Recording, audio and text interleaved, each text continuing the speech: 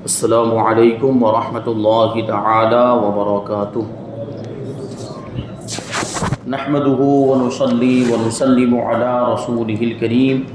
اما بعد فاعوذ باللہ من الشیطان الرجیم بسم اللہ الرحمن الرحیم ان اللہ وملائکته یصلون علی النبی یا ایہا الذین آمنوا صلوا علیہ وسلموا تسلیما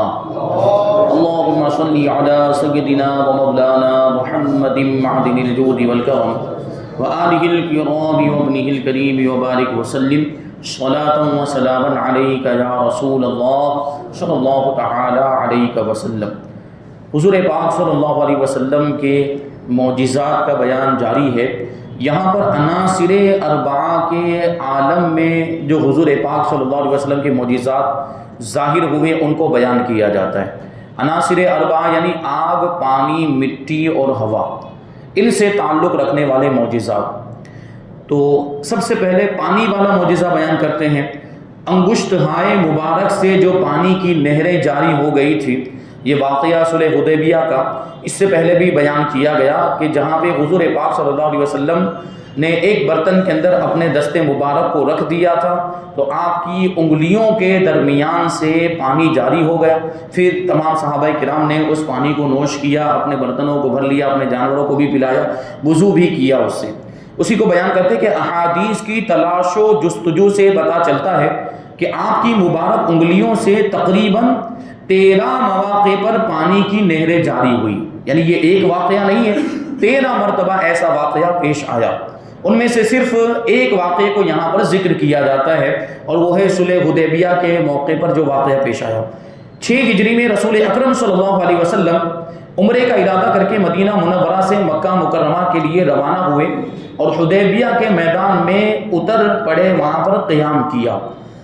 آدمیوں کی، لوگوں کی کثرت کی وجہ سے حدیبیہ کا کنواں خشک ہو گیا، اس کا پانی ختم ہو گیا اور حاضرین پانی کے ایک ایک قطرے کے لیے محتاج ہو گئے۔ اس وقت رحمت عالم صلی اللہ علیہ وسلم کے دریائے رحمت میں جوش آ گیا اور آپ نے ایک بڑے پیالے میں اپنا دست مبارک رکھ دیا تو آپ کی مبارک انگلیوں سے اس طرح پانی کی نہریں جاری ہو گئی کہ 1500 کا لشکر سیراب ہو گیا۔ لوگوں نے وضو بھی کیا، غسل بھی کیا، جانوروں کو بھی پلایا، تمام مشکوں اور برتنوں کو بھی بھر لیا۔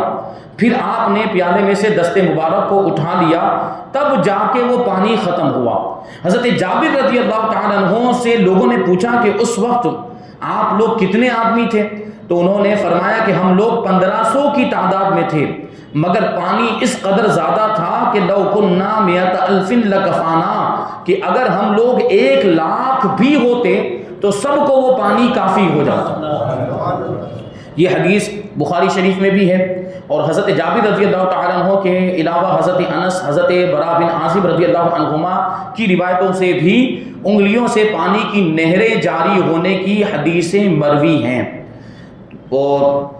اس کو وہاں پہ ملاحظہ کیا جاتا ہے، بخاری شریف میں دیکھا جا سکتا ہے۔ سبحان اللہ۔ اسی حسین منظر کی تصویر کشی کرتے ہوئے اعلیٰ حضرت فاضل بریلوی رضی اللہ تعالیٰ عنہ نے کیا خوب فرمایا ہے، انگلیاں ہیں فیض پر، ٹوٹے ہیں پیاسے جھوم کر، ندیاں پنجاب رحمت کی ہیں جاری، واہ واہ۔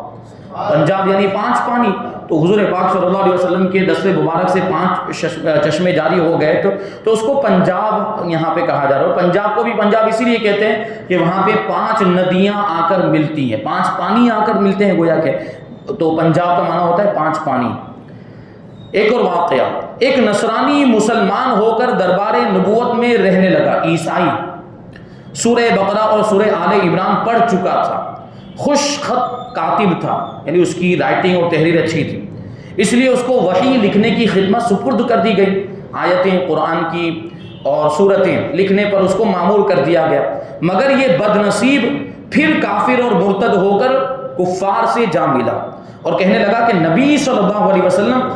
بس اتنا ہی علم رکھتے ہیں جتنا میں ان کو لکھ کر دے دیا کرتا تھا، معاذ اللہ۔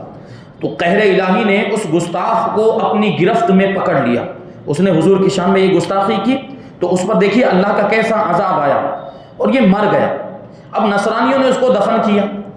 مگر زمین نے اس کی لاش کو باہر پھینک دیا، یعنی اس گستاخ کو زمین نے بھی قبول نہیں کیا۔ دوسرے دن جا کر انہوں نے دیکھا تو اس کی لاش باہر پڑی ہوئی تھی۔ نصرانیوں نے گہری قبر کھود کر 3 مرتبہ اس کو دفن کیا، یعنی 3 مرتبہ یہ واقعہ پیش ہے۔ دفن کرتے تھے باہر نکل جاتا تھا، دفن کرتے تھے باہر زمین اس کو پھینک دیا کرتی تھی، تیسری مرتبہ ایک دم گہری قبر کھودی کہ پھر وہ باہر نہ نکلنے پائے، لیکن ہر مرتبہ زمین اس کی لاش کو باہر پھینک دیتی تھی۔ چنانچہ نصرانیوں کو بھی اس بات کا یقین ہو گیا کہ اس کی لاش کو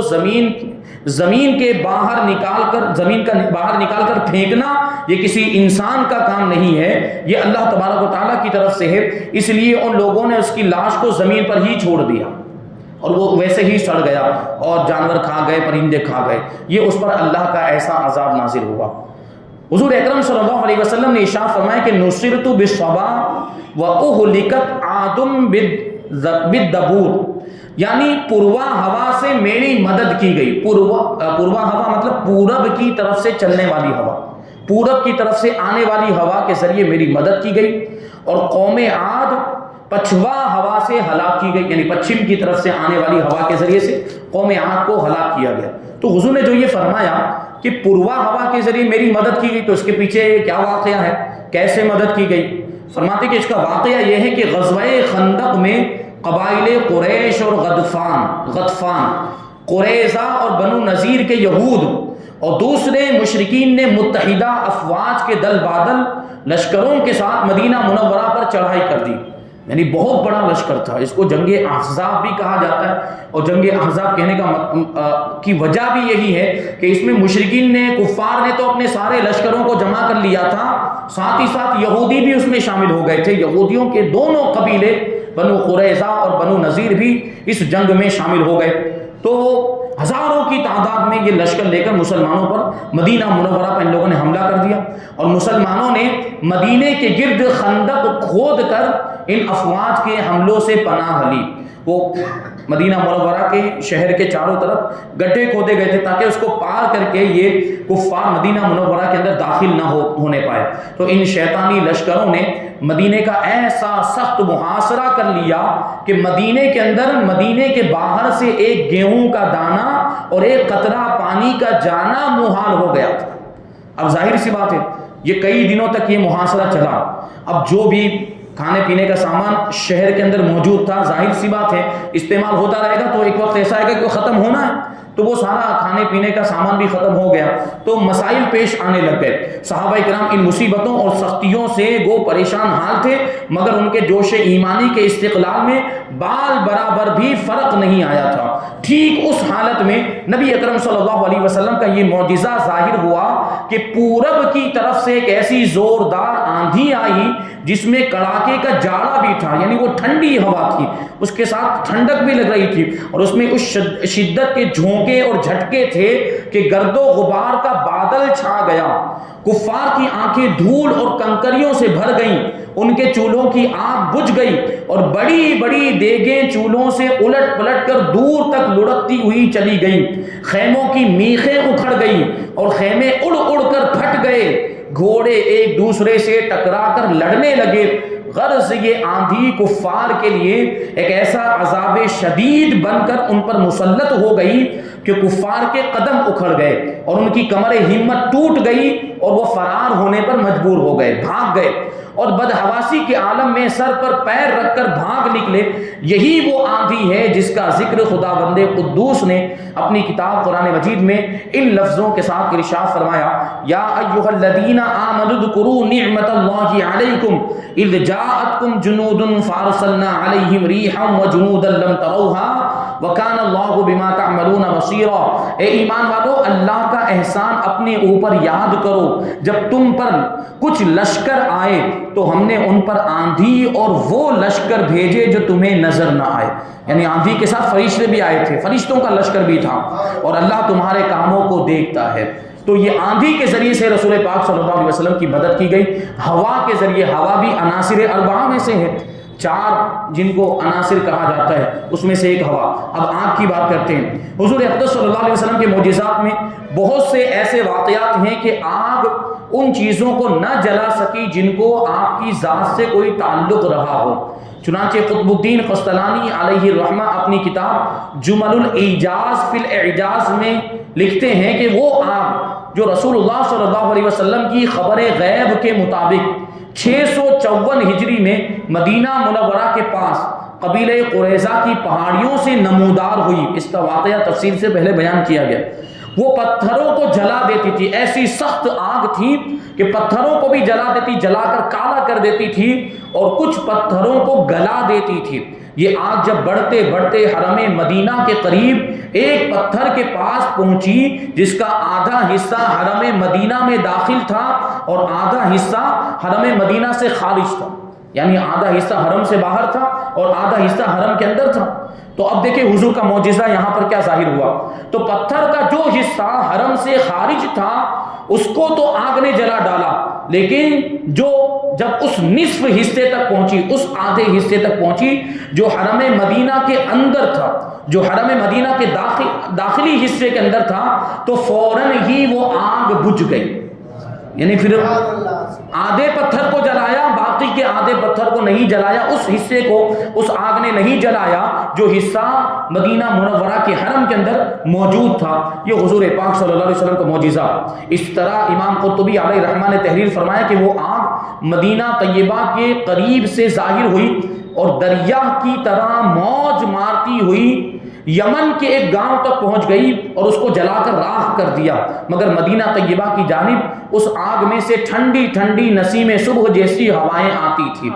آگ میں سے ٹھنڈی ہوا نکلنا یہ تعجب کی بات ہے، اور معجزہ ہوتا ہی وہ ہے جہاں ہماری عقل نہ پہنچ پائے۔ تو آگ میں سے ٹھنڈی ٹھنڈی ہوا آتی تھی۔ اس آگ کے واقعے کو چند اوراق پہلے تفصیل کے ساتھ بیان کیا گیا۔ اسی طرح نسیم الریاض میں لکھا ہے کہ عدیم بن طاہر علوی کے پاس 14 موئے مبارک تھے۔ حضور پاک صلی اللہ علیہ وسلم کے 14 بال مبارک تھے۔ انہوں نے ان کو امیر حلب کے دربار میں پیش کیا۔ حلب ایک شہر کا نام ہے، وہاں کا جو امیر تھا،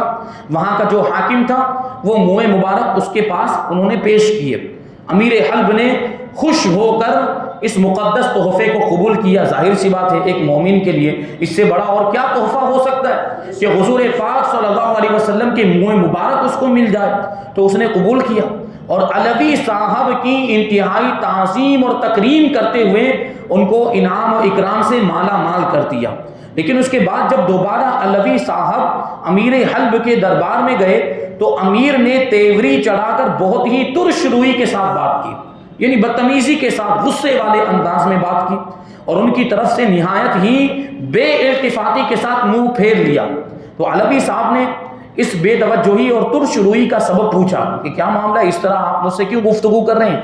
تو امیر حلب نے کہا کہ میں نے لوگوں کی زبانی یہ سنا ہے کہ تم جو موئے مبارک میرے پاس لائے تھے ان کی کوئی اصل اور کوئی سند نہیں ہے، کہ یہ حضور کے ہی موئے مبارک ہیں، اس کی کوئی اصل نہیں، کوئی دلیل نہیں، کوئی سند نہیں ہے۔ تو علوی صاحب نے کہا کہ آپ ان مقدس بالوں کو میرے سامنے لائیے۔ جب وہ آ گئے تو انہوں نے آگ منگوائی اور موئے مبارک کو دہکتی ہوئی آگ میں ڈال دیا۔ پوری آگ جل کر راکھ ہو گئی مگر موئے مبارک پر کوئی آنچ نہیں آئی، بلکہ آگ کے شعلوں میں موئے مبارک کی چمک دمک اور زیادہ نکھر گئی۔ یہ منظر دیکھ کر امیر حلب نے علوی صاحب کے قدموں کا بوسہ لیا اور پھر اس قدر انعام و اکرام سے علوی صاحب کو نوازا کہ اہل دربار ان کے اعزاز اور وقار کو دیکھ کر حیران رہ گئے۔ بہرحال یہ آزمائش، اس طرح جو حضور کے تبرکات کو اس طرح آزمانا نہیں چاہیے اور آگ وغیرہ میں ڈالنا نہیں چاہیے، لیکن چونکہ وہاں وہ منکر تھا،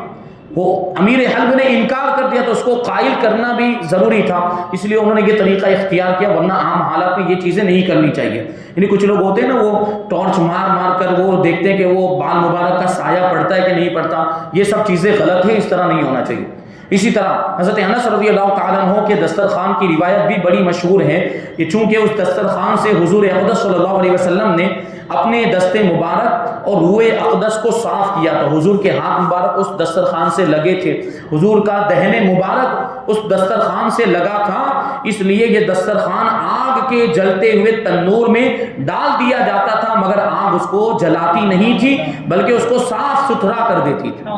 جب وہ میلا کچیلا ہو جاتا تھا، حضرت انس ابن مالک رضی اللہ تعالیٰ عنہ اس کو آگ میں ڈال دیتے تھے۔ وہ واقعہ مثنوی شریف کے حوالے سے میں نے اس سے پہلے کبھی کسی موقع پر بیان کیا ہے کہ حضرت انس ابن مالک نے چند ساتھیوں کی دعوت کی، اور وہی دسترخوان جو حضور پاک صلی اللہ علیہ وسلم سے نسبت رکھتا تھا، حضور پاک صلی اللہ علیہ وسلم کے دست مبارک، حضور کا دست مبارک اس سے مس ہوا تھا، حضور نے اپنا منہ مبارک اس سے پوچھا تھا، اس سے صاف کیا تھا، وہ دسترخوان آپ نے بچھایا، لوگوں نے کھانا کھا لیا۔ اب حضرت انس ابن مالک رضی اللہ تعالیٰ عنہ نے لوگوں کے کھانے سے فارغ ہونے کے بعد دسترخوان کو لے کر آگ میں ڈال دیا۔ اب جتنے بھی حاضرین کے سب تعجب کر رہے، یہ کیا بات ہوئی؟ دسترخوان کی ضرورت نہیں تھی تو ہمیں دے دیتے، دسترخوان کی ضرورت نہیں تھی تو کسی ضرورت مند کو دے دے، آگ میں کیوں ڈال دیا؟ کیونکہ آگ میں ڈالنے کا مطلب یہی تھا کہ اس کو ضائع کیا جائے، اس کو برباد کر دیا جائے، کہ آگ میں جائے گا تو جل جائے گا، پھر وہ ختم ہو جائے گا۔ تو لوگ حیران تھے، پریشان کہ حضرت انس ابن مالک نے دسترخوان آگ میں کیوں ڈال دیا۔ تھوڑی دیر گزری تھی کہ حضرت انس ابن مالک نے پھر سے آگ میں سے اس دسترخوان کو نکالا تو سارا میل کچیل تو اس میں سے صاف ہو چکا تھا، لیکن آگ کی وجہ سے اس پر ایک دھبا بھی نہیں پڑا تھا۔ یہ حضرت انس ابن مالک کے پاس حضور پاک صلی اللہ علیہ وسلم سے نسبت رکھنے والا یہ دسترخوان موجود تھا۔ تو یہاں پر دیکھیں یہ معجزات بیان کیے گئے حضور پاک صلی اللہ علیہ وسلم کے، اور کہتے ہیں اس کے بارے میں، ان معجزات کے بارے میں کہتے ہیں کہ یہ سلطان کونین و شہنشاہ دارین صلی اللہ علیہ وسلم کے ان ہزاروں معجزات میں سے صرف چند معجزات ہیں جو یہاں پر بیان کیے گئے، جن کے تذکروں سے احادیث و سیرت نبویہ کی کتابیں مالا مال ہیں۔ ہم نے ان چند معجزات کو بلا کسی تصنع کے سادہ الفاظ میں نہایت ہی اختصار کے ساتھ یہاں پر بیان کر دیا ہے، تاکہ ان نورانی معجزات کو پڑھ کر ناظرین کے سینوں میں عظمت مصطفیٰ اور محبت رسول کے ہزاروں ایمانی چراغ روشن ہو جائیں،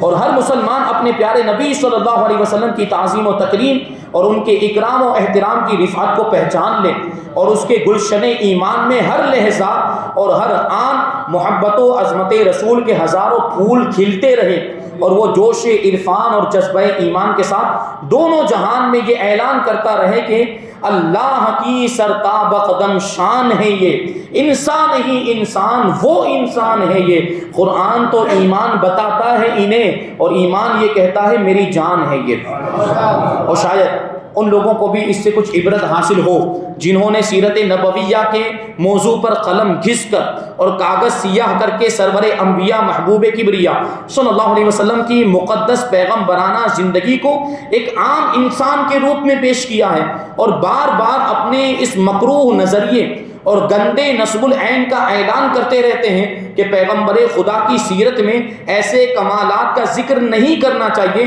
جس سے لوگ پیغمبر اسلام کو عام انسانوں کی سطح سے اونچا سمجھنے لگے۔ بھائی اس میں کیا خرابی؟ اللہ تبارک و تعالیٰ نے ہمارے آقا کو امتیازی شان عطا فرمائی، الگ سب سے الگ خصوصیات اور سب سے الگ کمالات عطا فرمائے، تو ہم ان خصوصیات کا اور کمالات کا ذکر کیوں نہ کریں؟ اللہ تبارک و تعالیٰ نے ہمارے نبی کو انسان کامل بنایا، سارے انسانوں سے اللہ تبارک و تعالیٰ نے ہمارے نبی کو سب سے بڑا مرتبہ عطا فرمایا، سب سے اونچا انسان ہمارے نبی کو اللہ نے بنایا، تو ہم اس کا تذکرہ کیوں نہ کریں؟ تو یہ حضور پاک صلی اللہ علیہ وسلم کی شان کو گھٹانے کی اس طرح کوششیں کی جاتی، جبکہ یہ واقعات حدیثوں کی کتابوں کے اندر موجود ہیں، اور معتبر حدیثوں کی کتابوں کے اندر اور روایتوں میں یہ واقعات بیان کیے گئے جن سے حضور پاک صلی اللہ علیہ وسلم کی امتیازی شان ظاہر ہوتی ہے۔ تو ہم یہ واقعات لوگوں کے سامنے، دنیا والوں کے سامنے بیان کرتے ہیں تاکہ ان کو بھی پتہ چلے کہ ہمارے آقا کا مرتبہ کتنا بلند و بالا تھا۔ حضور پاک صلی اللہ علیہ وسلم بشر تو تھے لیکن عام بشر نہیں تھے، انسان تھے لیکن دوسرے انسانوں جیسے نہیں تھے، انسانوں کے سردار تھے، اور وہ خیر البشر تھے، بہترین انسان تھے، ان کے جیسا کوئی دوسرا انسان نہ حضور سے پہلے آیا نہ حضور کے بعد آ سکتا ہے۔ بہرحال اس پر تمام اہل حق کا اجماع اور اتفاق ہے کہ اللہ تبارک و تعالیٰ نے تمام انبیاء کرام کو جن جن معجزات سے سرفراز فرمایا، ان تمام معجزات کو حضور اکرم صلی اللہ علیہ وسلم کی ذات والا صفات میں جمع فرما دیا گیا ہے، اور ان کے علاوہ بے شمار ایسے معجزات بھی اللہ تبارک و تعالیٰ نے اپنے آخری پیغمبر حضور پاک صلی اللہ علیہ وسلم کو